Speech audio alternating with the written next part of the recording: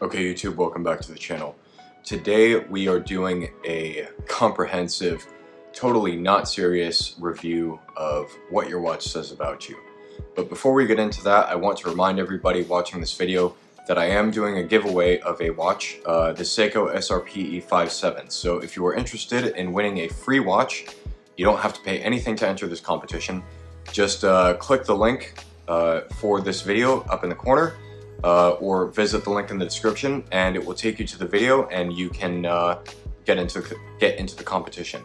Last day to enter is the 30th of the month, so hurry up. So I just want to say and preface this by saying don't take this too seriously.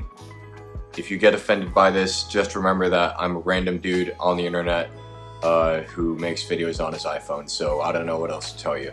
Don't take this to heart. But without further ado, let's get into it. So the first watch that I want to talk about is the Patek Philippe Nautilus 5711.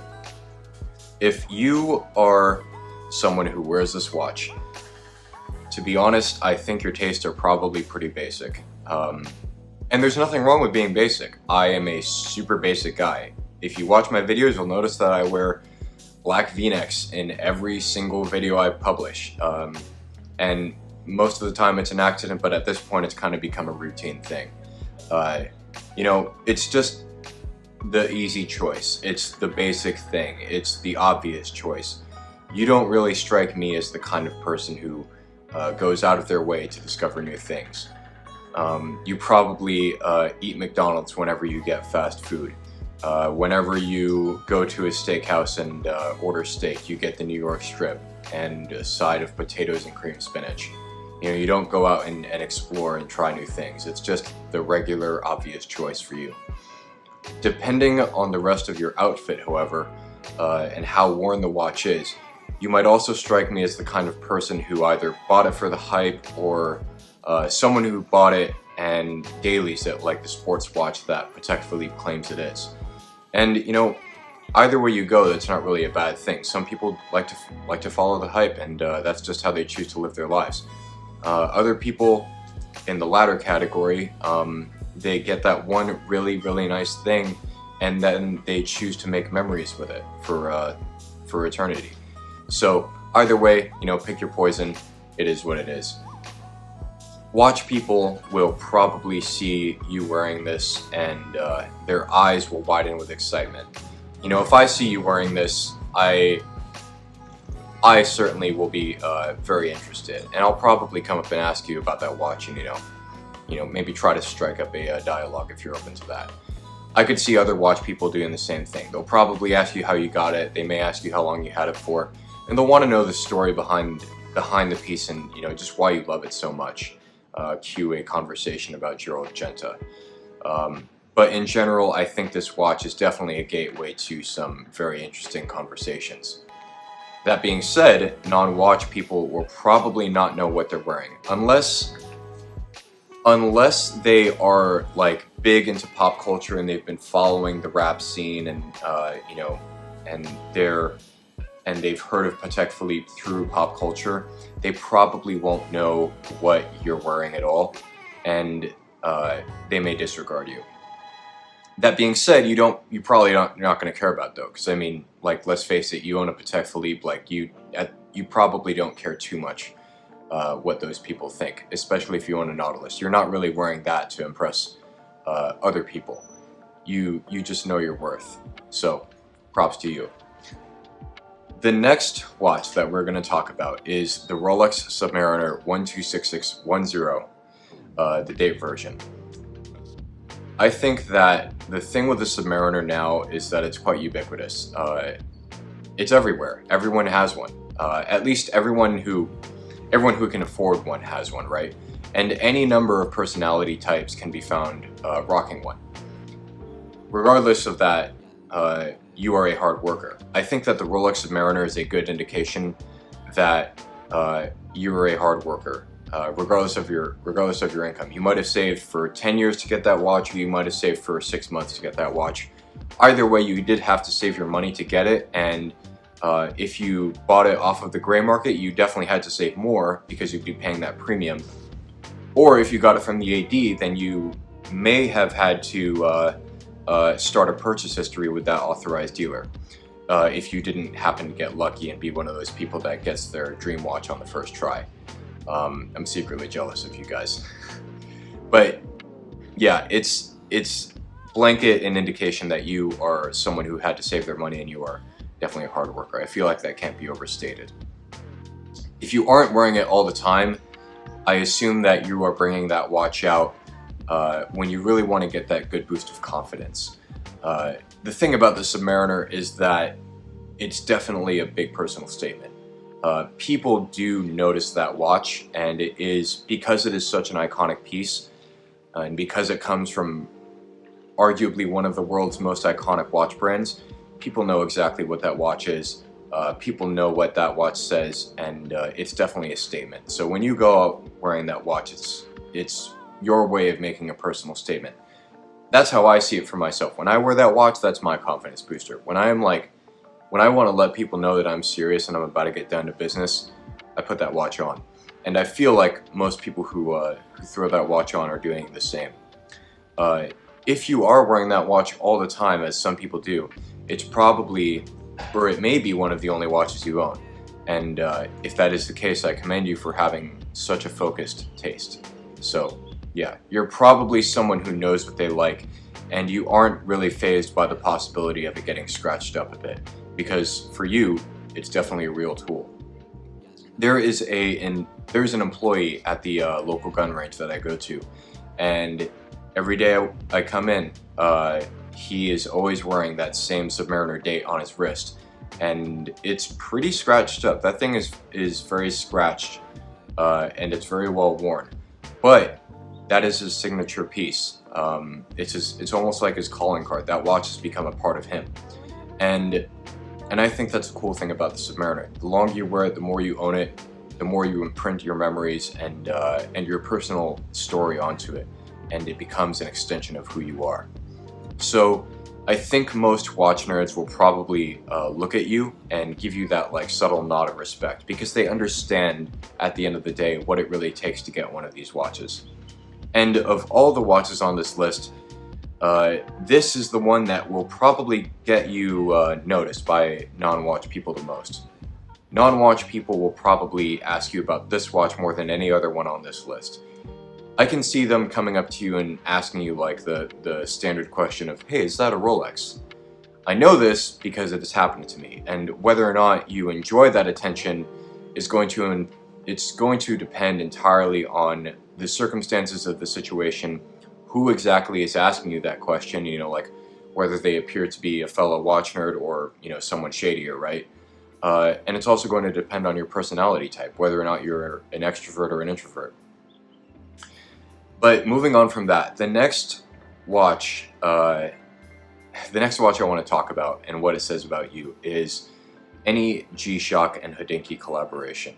So G-Shock and Hodinkee have collaborated on some watches before, specifically the Ed Sheeran timepiece. That's the one that comes to mind for me right now.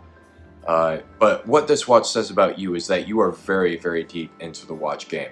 You spend a lot of time reading Hodinkee, watching their videos, or consuming content from watch content creators across the spectrum of social media.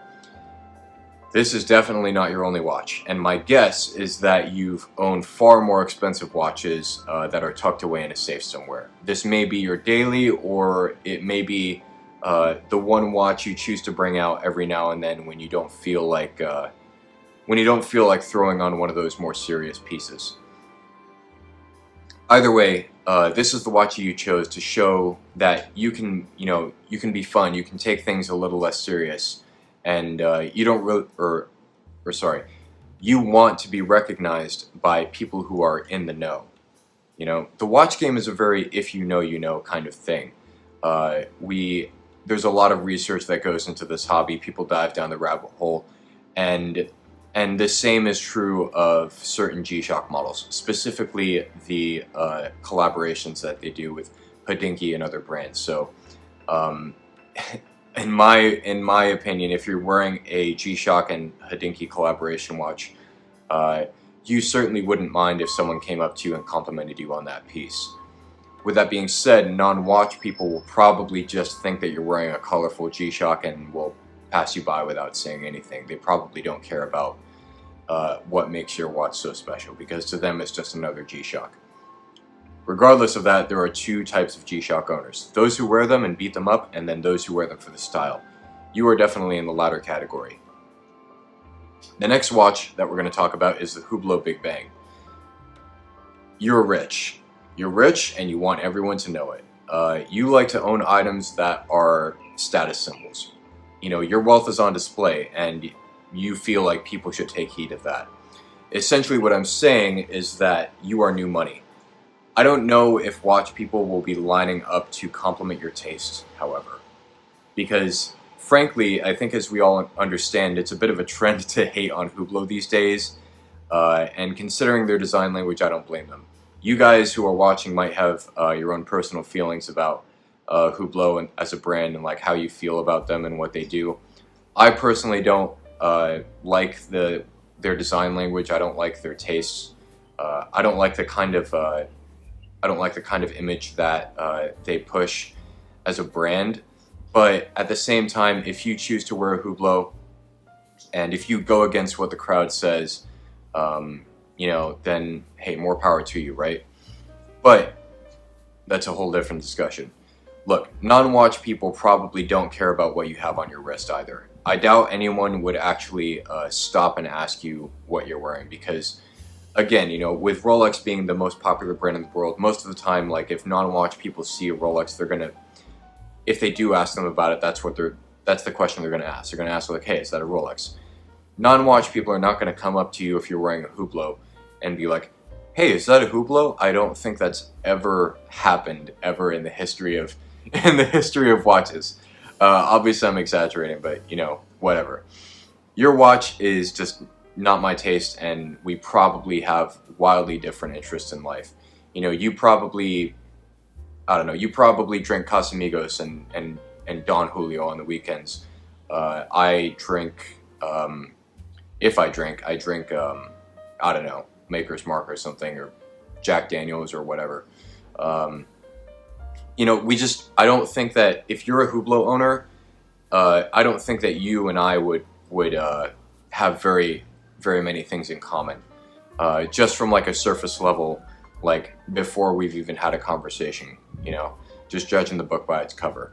You know, as an example, I drive a Ford Fusion. I'd be surprised if you drove anything less than a BMW or a McLaren if you owned a Hublot. At the end of the day though, like I said, if wearing that watch makes you happy, and if you smile each time you look down at your wrist, then that is the most important thing, and I still respect you for going after what you like and ignoring what the crowd says. So, now that we're done talking about that, I hope you guys haven't clicked off yet. You probably have. We're going to talk about the Cartier Tank. You are the polar opposite of the Hublot owner. When I picture the average Hublot owner, I'm going to keep clowning on this, guys. They are wearing Louis Vuitton sneakers, they have a YSL wallet, and their shades are probably Gucci or Prada, etc., etc. But I think in 2024, it is a big statement when a man goes out and wears a Cartier Tank.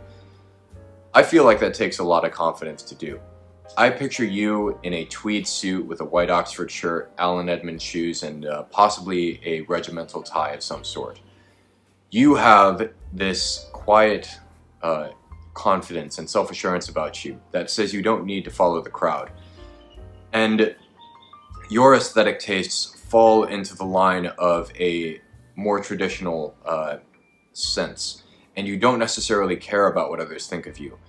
If you do happen to be complimented on your watch, you see it as the opportunity to open up a new dialogue with that stranger, rather than an opportunity to boast about your own superiority. I think that, you know, when you receive a compliment, it can go one of two ways. You can either say thank you and, you know, possibly find a way to compliment that person in return, or you can take that as a opportunity to, again, boast about your own superiority and just drone on and on about yourself and talk about how cool you are. I recommend always doing the former. I think that's the proper way to do things. If you receive a compliment, give one back in return. I think that's a good policy to live life by. But I don't know how often non-watch people are going to actually notice your watch. It's simply, the Cartier Tank, it simply melds into the rest of your ensemble, and it's kind of meant to fly under the radar. But my guess is that that is how you would prefer it to be.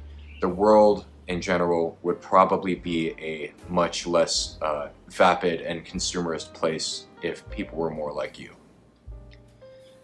Next up, we have the Rolex Day-Date slate dial, the 228235, which is the anniversary edition.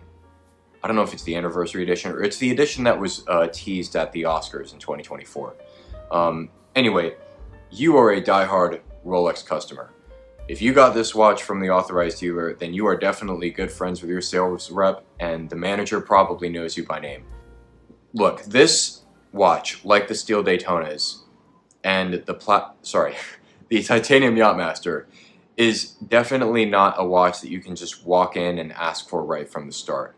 It's very unlikely that you're going to get the allocation for this straight away without any purchase history. When you're wearing this watch, it says that you have earned your spot in the authorized dealer's list, and they probably look at you as a VIP client. I would wager that you've either got access to the off-catalog pieces that most people don't know about, or this watch is the one that is about to grant you access to that off-catalog.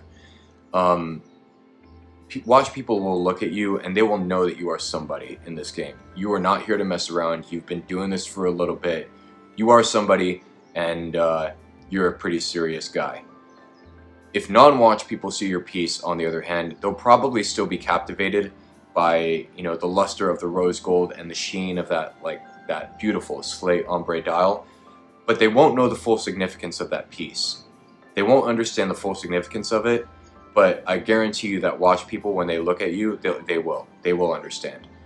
And frankly, I think your taste, while louder than the one who goes for maybe something like a white gold piece, it's still quite refined, and you perfectly captured the balance between elegance and extravagance.